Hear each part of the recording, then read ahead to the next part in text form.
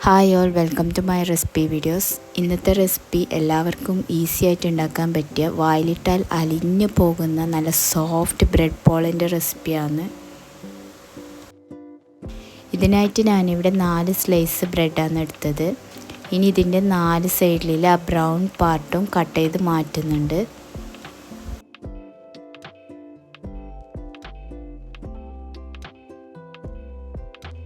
ഇപ്പോൾ ഞാനിത് 4 സൈഡും കട്ട് ചെയ്ത് കളഞ്ഞിട്ടുണ്ട്. ഇനി ഈ ബ്രെഡ് കൈകൊണ്ട് ചെറിയ കഷ്ണങ്ങളാക്കിയിട്ട് എടുത്തിട്ട് ഒരു ബൗളിലേക്ക് ഇടുന്നുണ്ട്. ഇതിലേക്ക് ഞാൻ 1/4 കപ്പ് പാലാണ് എടുത്തത്. ഇതിനി ബ്രെഡിലേക്ക് ഒഴിച്ചിട്ട് കുറച്ച് സമയം ബ്രെഡ് സോക്ക് ചെയ്യാൻ വെക്കണം. കുറച്ച് സമയം ഇനി വെയിറ്റ് ചെയ്യാം.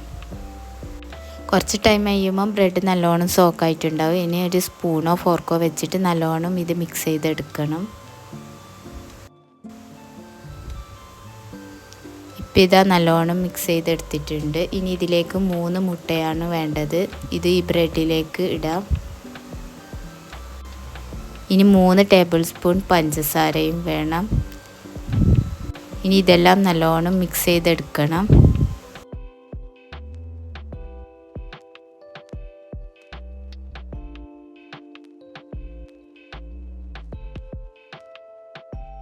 ഇതെല്ലാം മിക്സ് ചെയ്തെടുത്തരം ഇങ്ങനെയാണ് കിട്ടൽ.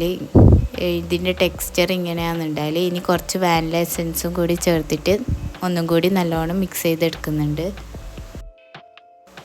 ഇനി ഒരു പാനിലേക്ക് കുറച്ച് ഗീ ഒഴിച്ചിട്ട് കുറച്ച് നട്ട്സ് റോസ്റ്റ് ചെയ്തെടുക്കുന്നുണ്ട്.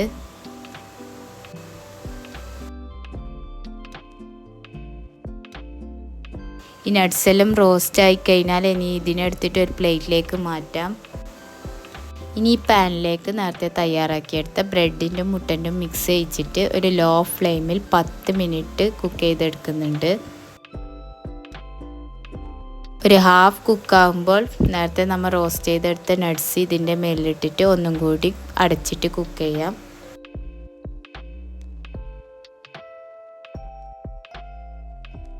ഈ പോളുണ്ടാക്കാൻ വെറും 10 മിനിറ്റ് മാത്രമേ വേണ്ടൂ. അപ്പം 10 മിനിറ്റ് കഴിഞ്ഞിട്ട് ഞാൻ തുറന്ന് നോക്കുന്നുണ്ട്. എന്നിട്ടൊരു കത്തി വെച്ചിട്ട് നോക്കി. അപ്പം കത്തിക്കൊന്നും ആയിട്ടില്ല. അപ്പം ഇത് വെന്തിട്ടുണ്ടെന്ന് അർത്ഥം. അങ്ങനെയാണെങ്കിൽ ഫ്ലെയിം ഓഫ് ആക്കാം. ഈ ബ്രെഡ് പോള ചൂടോടെയും തണുപ്പിച്ചിട്ടും കഴിക്കാൻ നല്ല ടേസ്റ്റാണ്. വായിലിട്ടാൽ അലിഞ്ഞു പോകുന്ന നല്ല സോഫ്റ്റ് പോളയാണ്. അപ്പോൾ എല്ലാവരും ഉണ്ടാക്കി ഫീഡ്ബാക്ക് കമൻറ്റ് ബോക്സ് വഴി അറിയിക്കാം. വീഡിയോ ഇഷ്ടമായെങ്കിൽ ലൈക്ക് ചെയ്ത് സബ്സ്ക്രൈബ് ചെയ്ത് സപ്പോർട്ട് ചെയ്യുക. Thank you.